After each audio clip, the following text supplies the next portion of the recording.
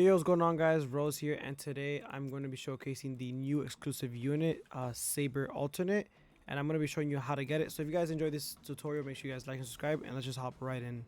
So the first thing that you want to do is that you're going to come to the boss event, right? And you're going to come to this event. Before you start, you do want to have a Saber alter, or not Saber alter, but you want to have Saber herself in your team. This is obviously going to be like a free play team. Don't worry about, like, this is not going to be an actual team. I'll make a video on how to defeat it in the next video, but to get Saber, what you have to do is just create a match and just start instantly, right? All right, so now that you load in, you're going to be presented with all of these summons. Don't worry about this too much. Just for now, I want to choose Berserker, and you just want to start, right? And so every round to 15 to 25, there's going to be a thing that you're supposed to kill, or put your, not kill, but put your Saber next to. And if you put them next to it, they're going to get corrupted. So we're going to fast forward and wait until that happens.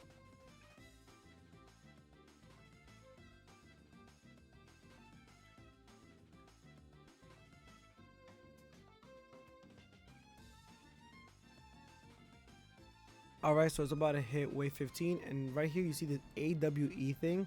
So what you want to do is place your Sabers next to this thing, right? And obviously they're all going to get stunned here, right? And then once it is over, they're going to get turned into their different form, Saber AWE.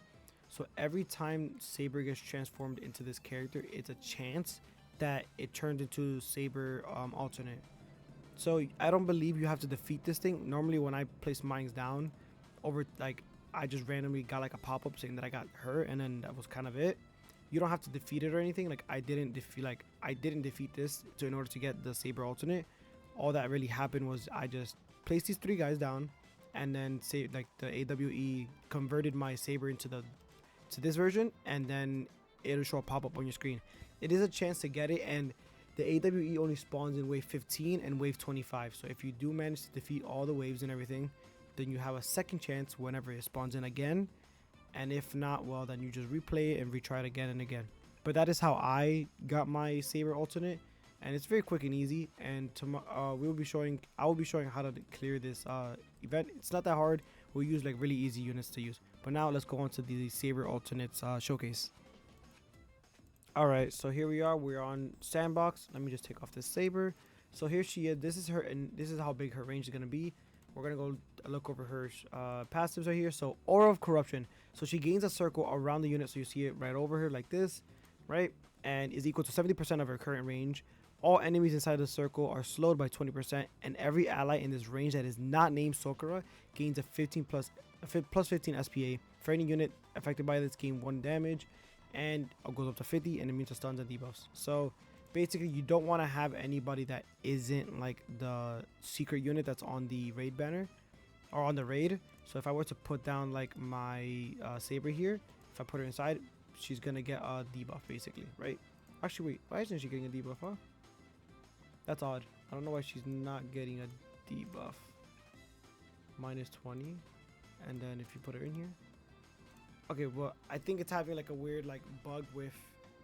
I think it's having like a weird bug, I guess, since I'm in sandbox. I'm not sure. Let me see.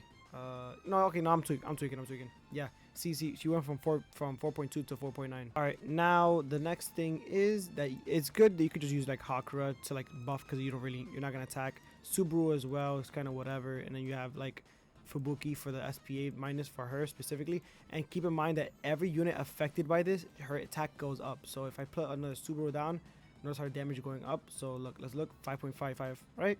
Put another unit, 5.60.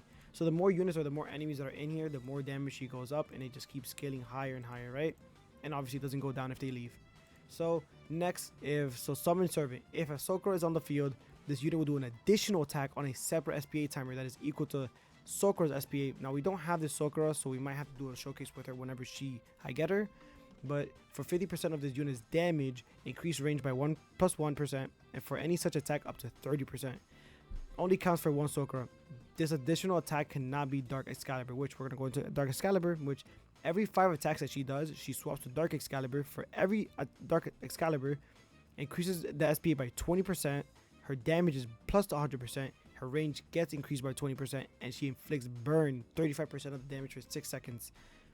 These values reset once the attack is over. So I'm gonna quickly try to showcase whenever she gets Dark Excalibur. So let's just spawn a couple of enemies here. And as you can see, also there's a, think of it as like Gojo's domain, like from other tower defense games, where if they get near here, they just walk extremely slow. But here's our first animation there, if you guys can see here. So let's look at it again. She kind of pours it forward, and then boom. And she got plus 43 from that, just because all those enemies were in there. So she's already like basically stacked up, right? So let's see if we can get a bunch of enemies here. We can get her Dark Excalibur. So as you can see here, look how the enemy is walking a little bit more slower now that they're in that range, as you can see.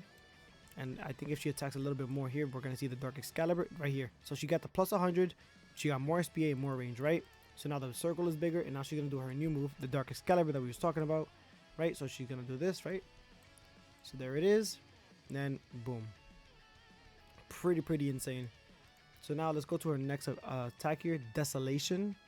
Now keep in mind she does have Excalibur on, so right now we're not going to see, oh no, never mind. So if you do upgrade, you will see the Excalibur, so I guess keep in mind of that. So here's her first move. She kind of like slams down and kind of like makes a way forward. So let's upgrade to the next one.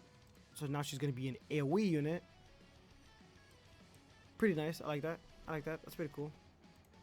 I guess you could do first person if you really want to, but you can't really see. So let's add a bit more enemies here, and let's go to the next stage. As you can see, her range just gets bigger and bigger. So she got a Starfall here. Okay, well she did 2 attacks at the same time here, which was kind of odd, but let's see. Also, as you can see, with, mind you, I only have Deadeye with her, and I think her stats are pretty mediocre, or not mediocre, Z plus on all.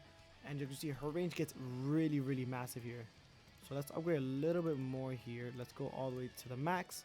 So she's doing 46k. She is already max passive with the first part. Obviously, we do not have the summon servant, sorry. And so we're missing a little bit on this passive. But she's hitting 46k. Mind you, she has Deadeye, so she has a 45% chance to crit. So here's Starfall. She kind of does like a little big, like just water droplet. And as you can see, her little domain thing, her slow debuff, gets really massive. Let's see if I can get a bunch of enemies to like kind of like overwhelm her. Actually, no, that won't happen.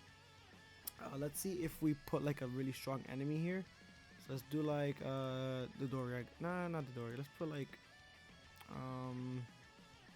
where is he? Let's put the enemy. Yeah, let's put Sasora, right? Let's put her health multiplier to 100, and let's summon her in. Now hopefully, yep. Okay, so she's already at 13k, so she's gonna be summoning all her puppets, and as you can see, her puppets are gonna be walking extremely slow in that form. So she's really good for like a support, and she does a lot of damage. I do recommend you get like